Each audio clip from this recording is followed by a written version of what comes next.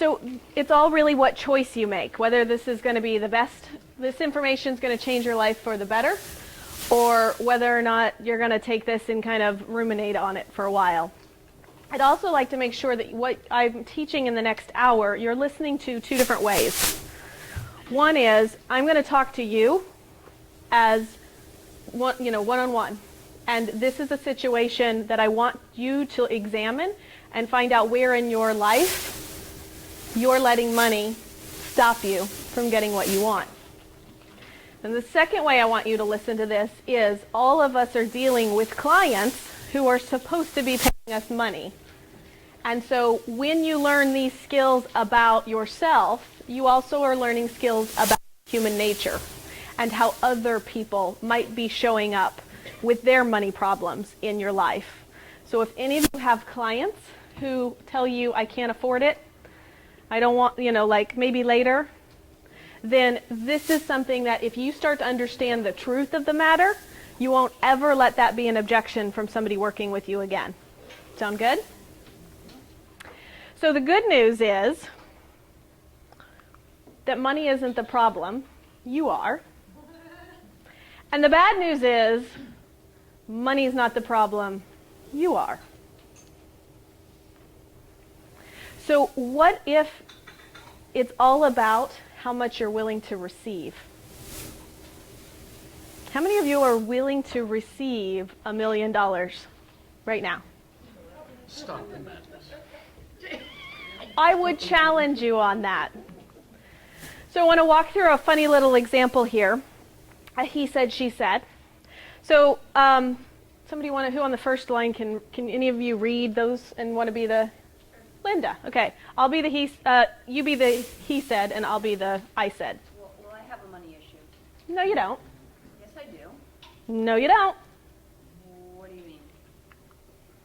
You don't have a money issue. You're just not willing to receive. That's not true. Yes, it's true. I'll prove it. I'll prove that money's not your issue. I'll give you $1 million tax-free if you'd go back to where you were before you started coming to the Expand Your Impact meetings and stay there. No fucking way.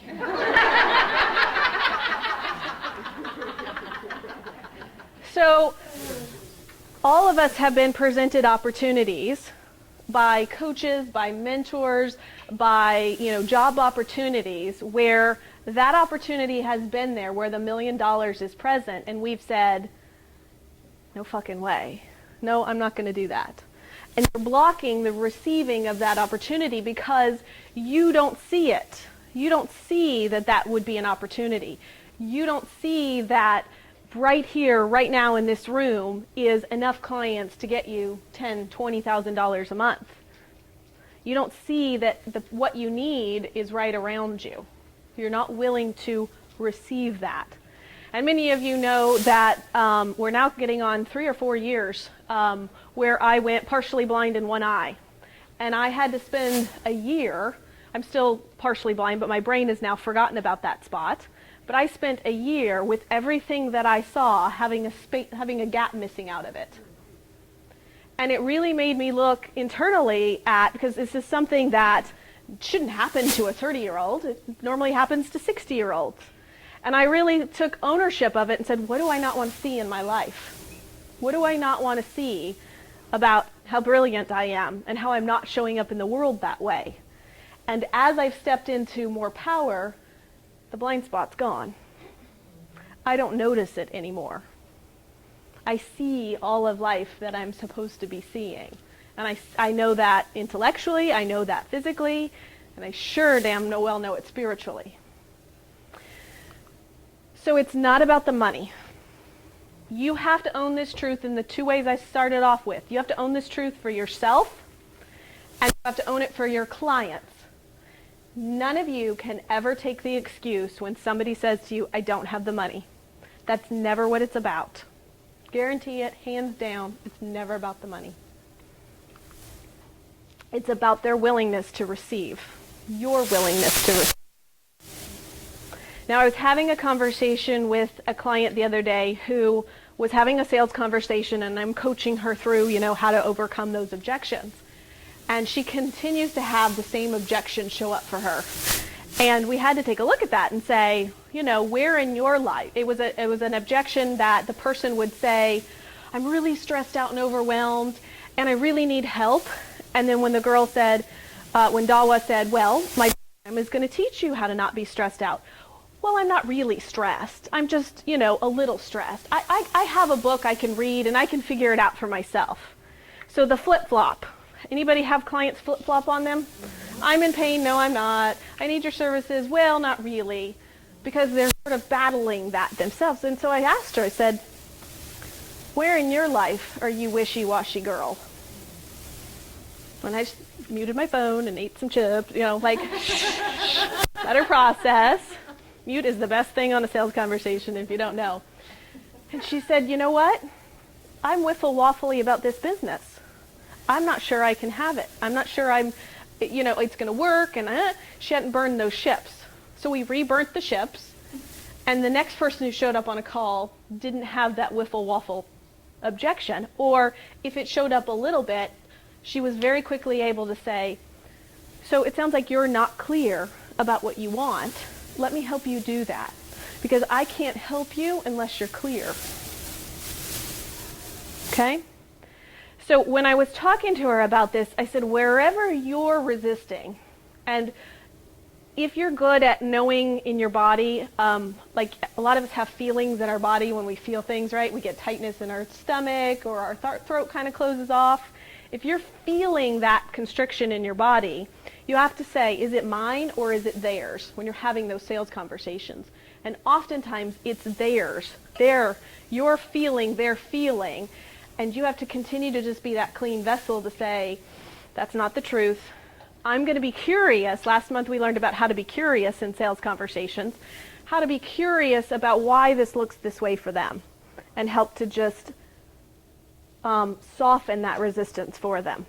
Totally transformational in sales conversations. And make sales move from something that you're doing something to somebody and sleazy into this very sacred and just soul-satisfying kind of conversation. Like you really feel bonded with the people afterwards. So another hard truth here is that money is never the solution because money is never the problem.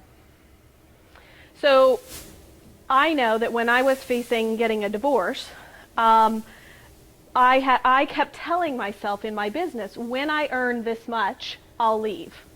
I can't leave until I earn that much because I don't know how I'm going to be able to. I'll have to pay rent. I'll have to pay insurance. I'll have to pay. I remember health insurance being the thing that was holding me back. Like, how am I going to come up with $500 for insurance? And then when I made the decision, $200 health insurance showed up. And I was like, I've been waiting around all these years for that? And it was the decision that I was putting money. I'll advertise when I have more money. I'll go on that trip when I have more money. All of us have a list of things that we're waiting to do when you have the money. And how many of you know, too, that thing never comes, but a car wreck does, or a broken air conditioner does, or a kid needs braces, and we somehow find the money for that. We somehow find the money for that. So if that's true, is it really money that was the problem, or was it you? Everybody take a deep breath with me. Let it out. Are we ready to break through this being an issue? Okay. If you're unwilling to claim, to own, and to be everything you are, as outrageous, as wonderful beings that you are, no matter how much you want to resist and react to it, no matter how much you want to get away from it, you bankrupt yourself in every respect until you have no choice. It's not about the money, it's about you. Let me give you a second to read that again for yourself. Or take pictures. I'll move out of the screen so everyone can picture it. Hashtag for the event is expand your impact. Please post to Facebook.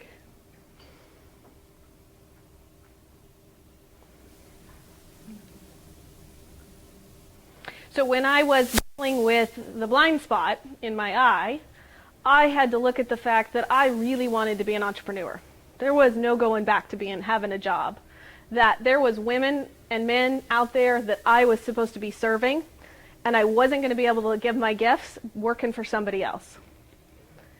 And that I wanted to be adored and cherished and adore and cherish children. And my current relationship didn't want that. And so we were able to have a very frank conversation over a Google Doc, it was an Excel spreadsheet, about this isn't working. And we want different things, and we release each other. That was a very freeing thing to be able to do, but I had to own for myself, I'm willing to walk away. I'm willing to know that I'm going to be okay no matter what, because I know I'm going to be okay. And if I continue letting myself be treated this way by crappy clients and unfulfilling relationships, I'm bankrupt. When I got diagnosed, I immediately went to my holistic practitioner, and she's running all kinds of tests. They ran hair samples and blood and found out that I had absolutely no nutrients in my body. No A, no B, no D, no C, no iron or thiamine or any of those. The lady looked at it and said, "How are you alive? You're lucky you only have a blind spot." I had bankrupted my ability to receive nutrients in my body because I was unwilling to step out and be fabulous.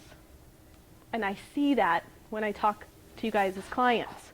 Things happen in your body and your lives. Anybody had a physical illness that made them wake up and say, "This is not how I want my life to be," and you've changed it? Stop pretending that you are weak, you are pale, and you're uninteresting. I mean, I'm pale, but it's fabulous that I'm pale. Now they sell those skin whitening creams, so you're just a trendsetter. But pale is like blending in the background. Cynthia helps women bring out their inner diva, right? It helps those women say, "I'm tired of standing in the shadows and being jealous about somebody else being on stage. It's time I'm on stage. It's time I step into that." Anybody heard the example with lottery winners? The people who win lotteries, a year or two later, are back to being broke and depressed and anxious and victims. It's not about the money. It's not about the money. They were, and I grew up Southern Baptist, and I heard the analogy, money's the root of all evil. And my mother, even now, I just told her the other day, I had a great day, I'm an Amazon bestseller, and I had a client pay in full. She's like, "Well, money's the root of all evil, Is the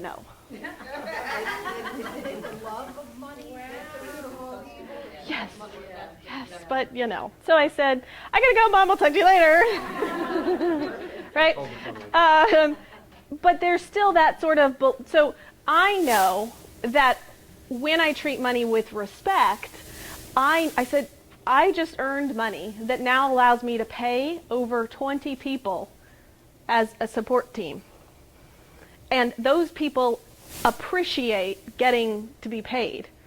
And I've paid for weddings, I've paid for children, like diapers and cribs and fences and vacations. And I make sure that I make a point of the people I'm working with, like, "What are you doing? I'm paying," the girl who was getting married, I was like, "I want to know that the shoes you're wearing is all that graphic design work I've paid, or, the bouquet or something," because that allows them to have a life that's more full and more juicy and more rich. And that's exciting to me. That is who I am. And whether or not I earn $10,000 a day or $100,000 a day, I'm still going to be that person. And so are you. So receiving is the problem, and you are the solution. So my job here today is to empower you to understand this truth, and then to walk around in your world in as much alignment with that every single moment of the day. And so when anybody shows up to you that's not living this truth, you can just kind of laugh and know that that's not true, and see how you can serve them into seeing the truth. Sound good?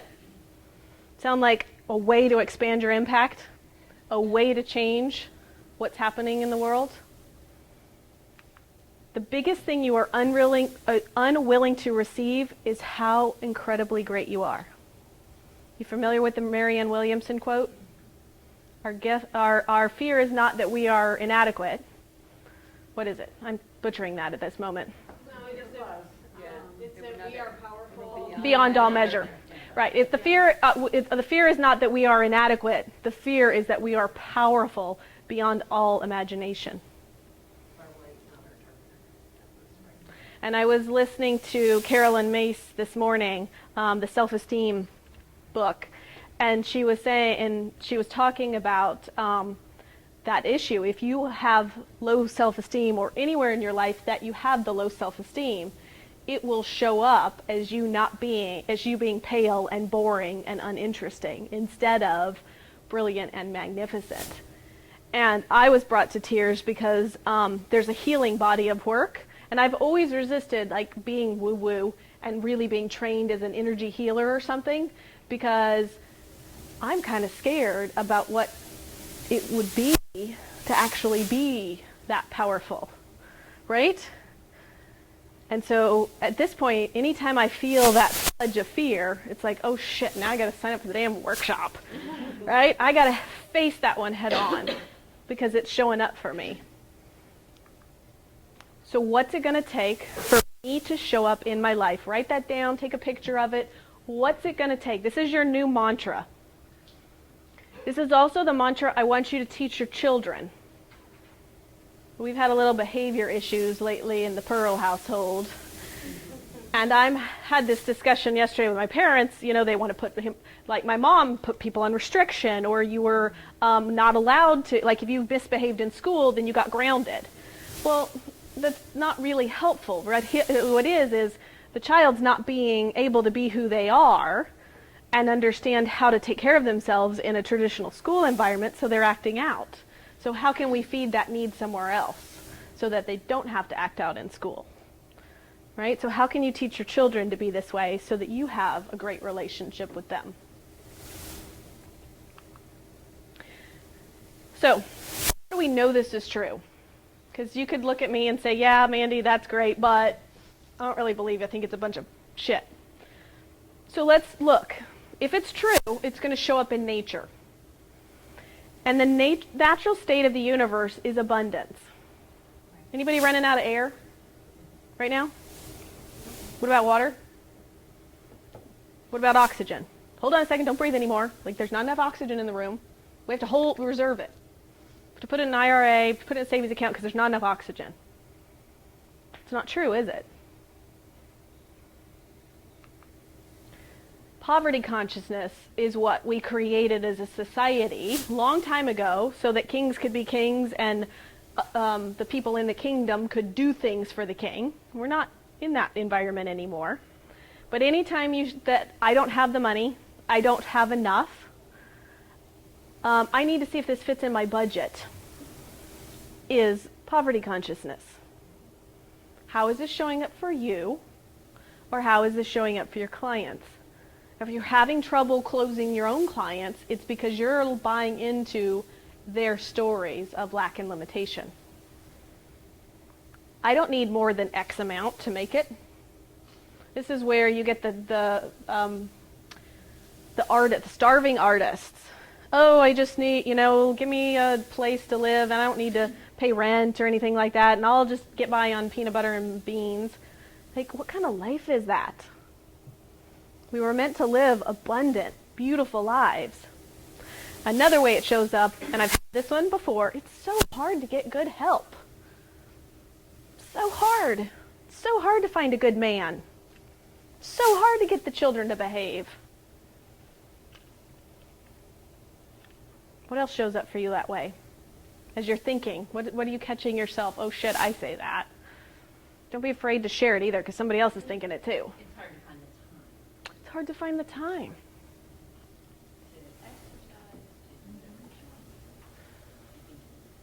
I find that one with sex. I like it. It's fun. But then it's like, ugh, again, right? And you think, why am I thinking it like that, that way? I like it when I'm done with it, but I'm in my head right now about whatever it is.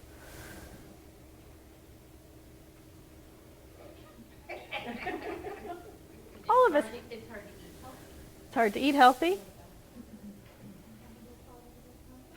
You have a thought you want to share? You just laughed at me.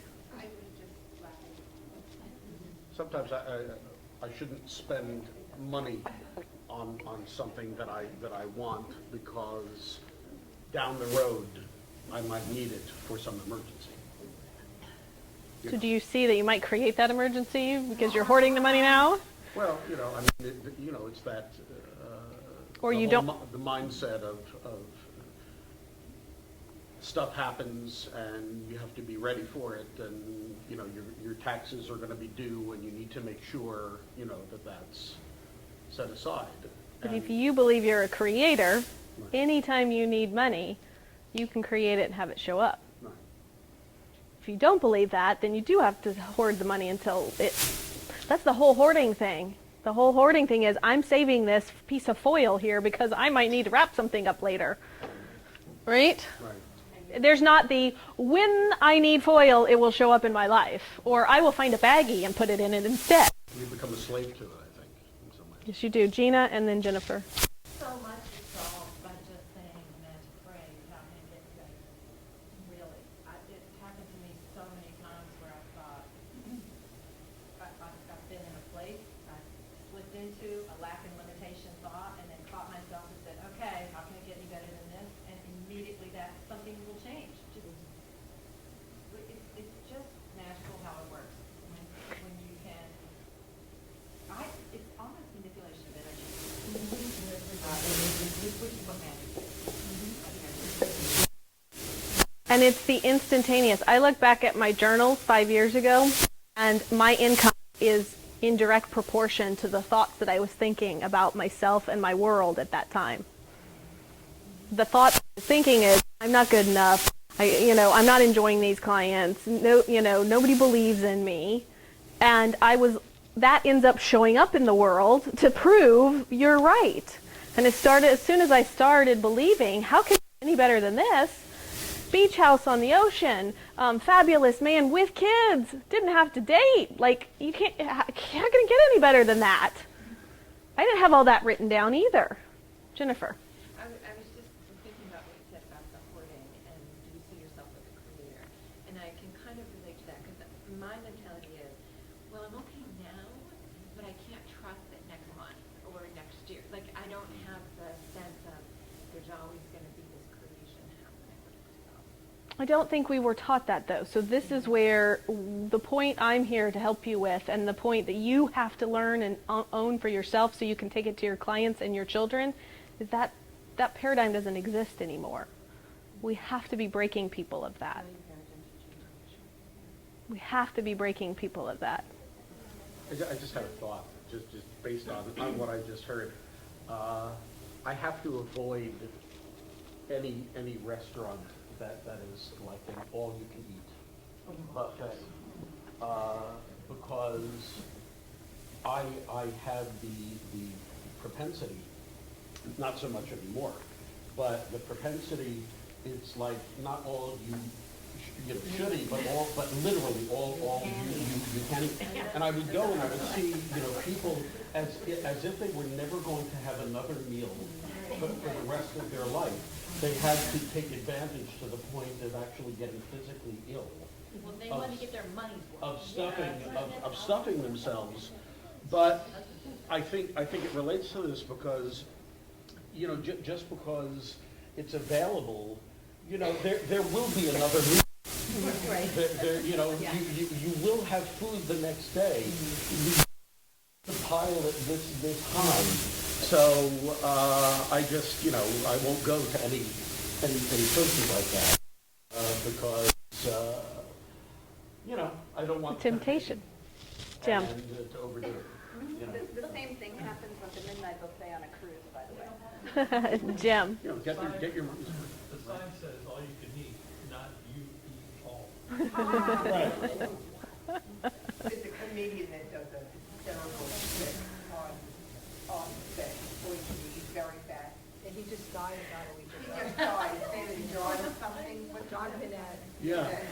So hysterical. the Brandy mentioned the time thing. I just got back from working with my coach, and he spent the 3 days with us talking to us about we don't have time. Like any one of us, as sad as it is, could be hit by a bus, or many of you guys know one of the local coaches here got in a horrible car accident the other day, and her life is completely changed. Completely changed. And you take that moment of hearing about it and going, I'm so glad I'm safe, I'm so glad I'm okay, thank you. And then we quickly forget that in any moment, as soon as we pick up the phone in the car and start texting again, we have forgotten that there's no such thing as time. And it could be our time. And so one more episode of Scandal is keeping us from writing that book and changing the lives and getting everything you need. If you look at your vocabulary, so a new word I'm taking out of my vocabulary is want. No more wanting, no more desiring. Because if you look at the energy of that word, it means to lack. If you want it, it means you don't got it. If you desire it, still means you don't have it. Desire actually means to look to something in the future.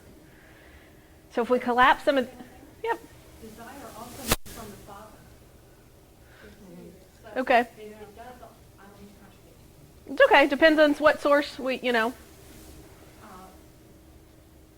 how you're using it is probably more important. I think that sometimes it can also mean a desire that's given to you from the divine. Okay, so I'm using it in the context of I desire to live in a beach house. And I'm wanting that. When you use it in exchange for want, so I desire to go to France. That's something you're looking forward into the future instead of sort of creating that I live in France. Like there will be a me in the future that lives in France. I already know what the apartment looks like. Struggle with that all the time, saying I will feel this way when the day comes, when the children are all gone, and I will have enough money to have my place in France. I do swim in that. I get it. Right. So you're excited. Karen. Desire, I think, whether it's wanting, longing versus a craving, there's different emotional context to it. So I think they're in both sides. And I think you have to look at the emotional charge underneath it, because if it's exciting and exhilarating, it manifests in a whole different way than if it's longing. If it's motivating. Right. Yeah. Right. Yeah. Right. If it's a longing and a pining, that's kind of the negative, and if it's the excitement and enthusiasm. Right. You had talked about, life-changing experience and what's your site. What led me to meditation 20 years ago was I was hit by a truck. And I hurt my neck, my back, my knees. I had severe head trauma. My eyebrow came off of my face. I had to drop out of college. And I was on a lot of medication. And through meditation, I healed my body. My memory came back. My eyebrow came back. And back to your statement about I didn't say I want my eyebrow to grow back. I said my body is healthy and strong, and I visualized my eyebrow growing back like if it was already on my face, and I didn't know what I looked like because I had my family covered in mirrors. I was afraid. When the ER nurse walks by and they go, something's really wrong. Right. So when I went back to the plastic surgeon 5 months later, originally when he saw me right after the accident, he said he was going to have to tattoo me an eyebrow or to use hair, artificial hair, and so on. But he had no idea what they were going to be able to do for the 5-month period. He says, you have to go through your healing process and then come back to me. So I went back to see him, and I'm sitting in a chair, and he walks through the room, and he looks at me, and he said, hi, Michelle. He said, and his jaw dropped. And he said, I'm not going to have to do anything for you. And I looked at him and said, don't play games with me. That's not funny. And he looked at me again, puzzled. He said, don't you know what you look like? I said, no, we had covered the mirrors. He handed me a mirror. I looked at my face. I said, you know what? I have a lump here and some scarring. My eyebrows are a little lower. Not such a big deal. But then he took out the picture of what I looked like after the accident, and I looked like a Frankenstein, but I never knew that. So I didn't think I was glad I didn't know it. So I didn't know what was possible, what wasn't possible, but I just said my body is healthy and strong. My face is beautiful. You know, I visualize my eyebrow growing back, not I want to or I desire this. I just imagine it as it happened. You know, and I studied with Deepak Chopra for 6 years. I'm a Chopra meditation instructor. But the thing is, Deepak has always said this too, and a lot of other scientists that write about the brain said this too. Your brain does not know the difference between reality or fiction. And when you tell your mind something, you know, because time and space is really a man-made continuum anyway, your brain will believe it if it doesn't know any better. So according to my brain, it didn't really know what my face looked like. It knew I had all these bodily injuries, but I just kept on saying I was going to get stronger. I came off of the 5 medications, you know, and I healed really well. So, but saying I have, I am, you know, and making it present like it's really there really does make a big difference. Amazing. Thank you for sharing. Very inspiring.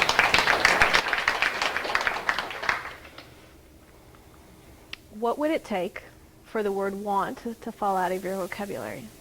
Hopefully not getting hit by a truck. I do not recommend that. So I'm serious though. Don't let it be that you have to get hit by a truck or, right, lose a spouse, lose a child, Ruptured appendixes are not recommended either. all of us have those, you know, really wouldn't trade that. So you have the choice now today to be conscious of it. Say, I'm going to drop the word want. My suggestion would also be to find an accountability partner. Somebody here to call you or charge you or, right, put a nickel in the jar every time you say something. Catch yourself doing that so that you break the habit. Some people put the rubber bands on their wrist and pop themselves. Whatever works for you. I'm not really into the pain thing, but. So, everybody up on your feet.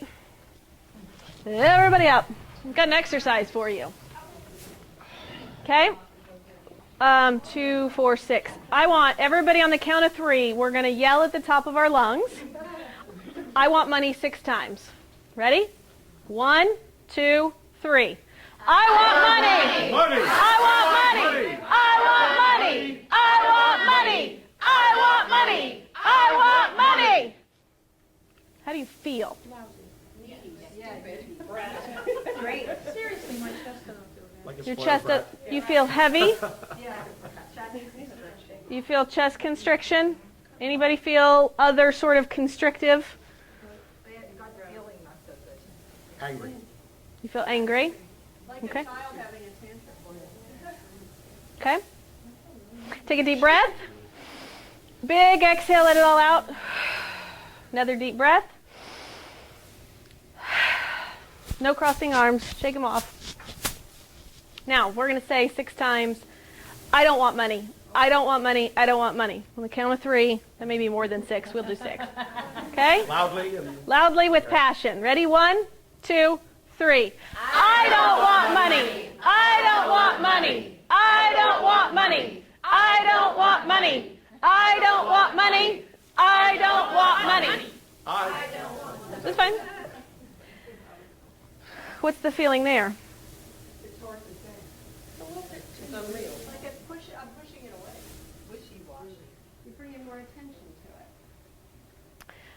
it. Why I felt like I was as I was saying it, it's because I want something more meaningful. Yeah, that's the other customer. I want something else. So there's a lighter feeling there. Yeah. Like something's coming back to life. Now, all of us, you can have a seat now. Thank you for the exercise. Well, the first one felt like grieved, and saying I don't want money feels more spiritual to me. Okay. So there's different levels of people in the room as far as how in our bodies we are and how in our head we are. The point of the exercise, though, is there is supposed to be that heavier feeling when you say that I want money.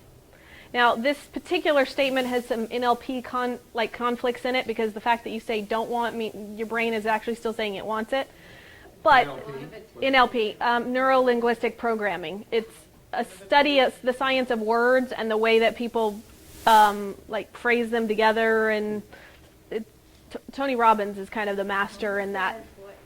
When you say you don't want something, then you're actually going to get a whole bunch of what you don't want because you're putting all that Emphasis there. attention on So the point of the exercise, though, was to have you focus on that the wanting of the money makes you feel heavy. And then the idea of the not wanting the money, that wanting something else, is to make you feel lighter. Okay? So that's a good thing as you learn more to be in your bodies of how you make decisions. I know Gina's very much like that. Like if somebody asks her to do something and she feels constricted or tight, she'll be like, no, this is going to be a no. I don't care how fancy or glitzy it is, it's a no. But if the opportunity feels light and airy with some fear mixed in, then it's in alignment with the truth and goodness. So do you feel light or do you feel heavy is a good sort of indication. Sometimes when you feel light, it can be mixed, though, with that fear. So just make sure you're separating those two pieces. The point, though, is to feel more lightness. Lightness is love, and to feel more connected with everyone and everything. The truth will always make you feel lighter. Now, this is where the affirmations sometimes don't feel true to people. They're like, I can say all day long, I'm healthy, and I'm, light. And then you're like, yeah, right. This is where you have to sort of clear up what comes across in your brain that tells you that's not the truth. And phrasing and the work that I love that talks about that is they say delete, uncreate, and de-story anything that holds that belief to that thought. So delete, uncreate, and destroy, or de-story, is delete, uncreate, and de-story. So de-story is about, okay, so I'm going to say, I am healthy and happy and free. And my body's like, immediately I'm going to think, well, you got that cold last week, or you're about to catch a cold. Well, why do I think I'm going to catch a cold? Well, because my the 4-year-old kissed me on the lips the other day, and he's all snotty-nosed. Well, I have a belief that I'm susceptible to germs like that. I have a belief that my body's not strong enough to fight those germs.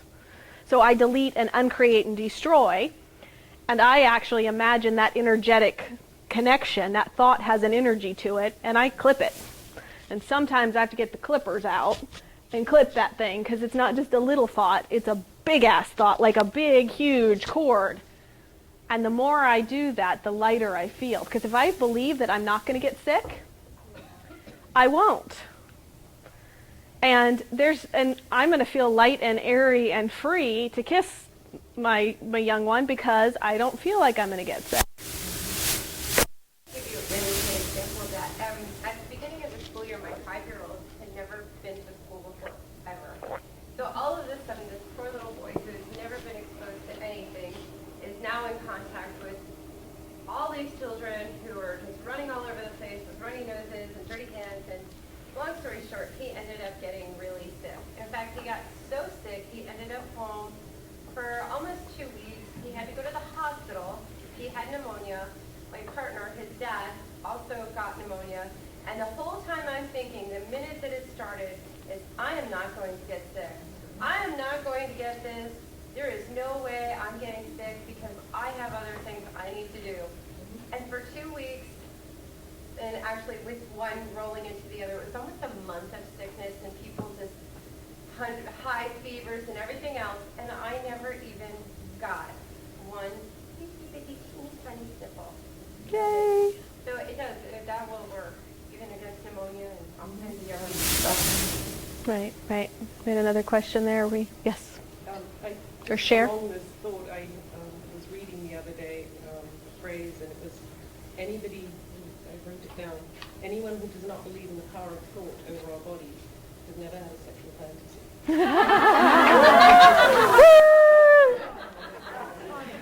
I'll be adding that one to the repertoire now.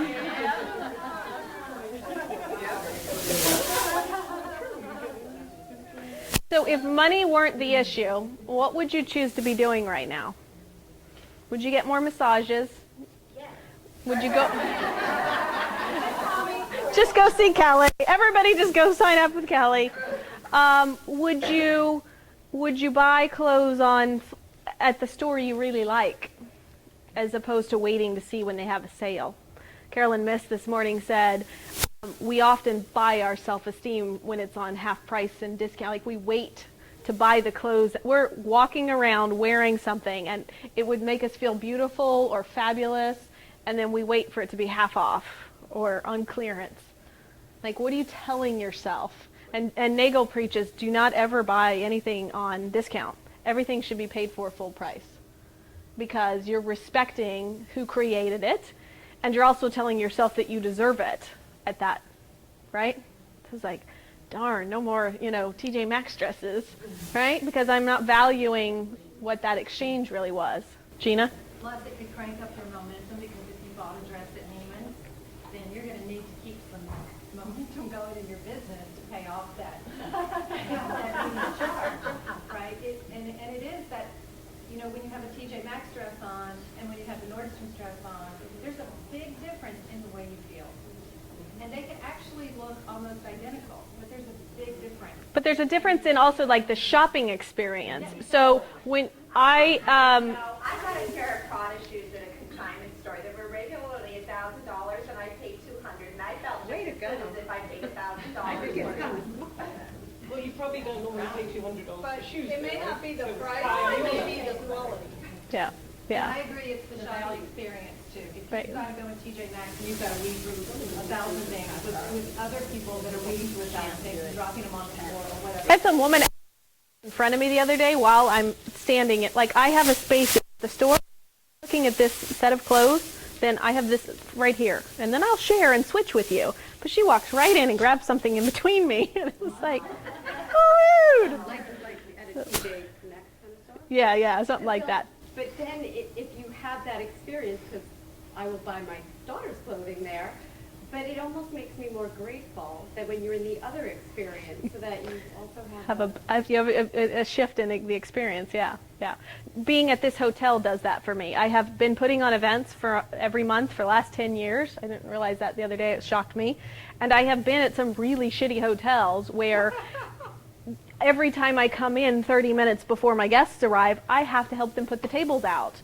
And this hotel, starts to notice where, how many guests are coming, so they set up some more chairs for you guys, or they, have extra coffee there, and I don't have to tell them that. They really take care of me. So now if I go back to another hotel, I'm going to kind of expect that kind of service, right?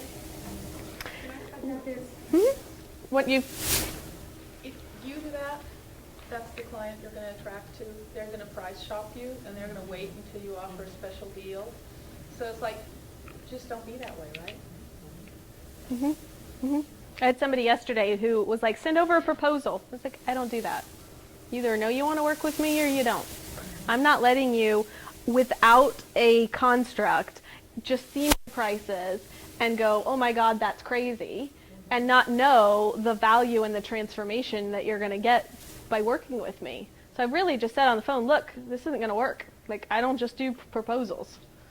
And I sure as hell am not going to spend 6 hours putting one together for you, right? Only to have you, Dan Kennedy tells the example that ad agencies will go out to bid, and in the PR industry maybe this happens, that these companies come out once a year and they say, we're shopping for a new so-and-so, we're ad agency. Please, everybody, come parade by us and show us your ideas, and the best idea will go with that company. And then what they do is they take the best idea and they go back to the person they were already using. That's highly out of integrity, right? But so if you cut yourself out of that game and say, I only work with the people who want the value I provide, then you're never price shopped like that again. Okay? All right, you had one more statement? Well, it was in line with what Michelle was talking about, in reference to be, do, have. Everybody wants to have, do, and be, but it's be the successful person inside of yourself, even if you're not there yet. Be that person, then you'll have the things that successful people have, and then you do the things. I believe in the be, do, and then have. Be, do, have. Yep, you got to be who you need to be. Do the things that you need to have, and then you'll have what you. So, the action is the only thing that shows the. In her mind, she already was healed with with her eyebrows, so she was able to connect the emotion of the feeling with the picture of it. And like you said about the ship, she didn't let any ships burn her the other way, and that's propelling to the next. Yep. So, everybody agree now that money's not the problem? Anybody still feeling some resistance on that one? Yeah, that's okay. Thank you for being honest. Yeah, but you got a couple in there, right? Definitely. I'm having currently some of those conversations, and it's like, okay, I see that. Oh, I really want that. Oh, I know, automatic thing, price tag goes up. Oh, can you afford this? It's like, you know what? I don't care anymore. I'm buying it anyway. You know, and it's been interesting how that's been working. So the conversation's still there, you know, but you are able, if you're aware of it, to override it and not necessarily buy into it. Now, Gina mentioned the commitment. So this isn't just, I'm giving you a blank, debit card to go out and just buy whatever you want. But it also, when the fire is lit under your butt, so I really want to take my kids on a cruise. I checked out what the prices were. I looked at what I wanted the experience to be and not just what the cheapest cabin would be. And then I said, okay, fine, I need, and I committed to it. And I know the money will show up to make that happen when I make that decision. It's not going to show up before, it's going to show up when I make that decision, right? But I don't right now know where that money's going to come from. But I know that it will show up when I make that decision. So, takeaways from this lesson here. Again, focus on it for yourself. Where are you letting money be the problem when you really need to be having a conversation with yourself about being the solution? And then how do you integrate that into your sales conversations with people when they show up as pale, uninteresting, and boring? And you continue to hold them in the light of, this is not how it is. Is something you can do? Report back to us next month on it? All right. I'm going to hopefully not embarrass Brandy. She usually we get to talk about her when she's not here. But do you want to talk for yourself, or you want me to read your thing? So Brandy and I got together because Brandy's goal was, I want a balanced life. I want to be able to work, and I want to be able to stay at home with my baby. And at that point, we didn't have baby on the horizon. We spent 2 years working to get to the point that when she got the baby, she would be able to continue working so she could have an adult life and some sanity and be able to spend time at home with her daughter. And so we raised, doubled, tripled her prices. And then that made her work with less clients. So then she can work 5 hours a week and still make good money to pay for what she wanted to do. And so then she pays for trips and clothes and hair appointments and things like she wants to. Okay? So she's here today because she has somebody watching the baby. Right. So that's all the teaching topics I have for you today. Thank you very much for being here. If you are an insider,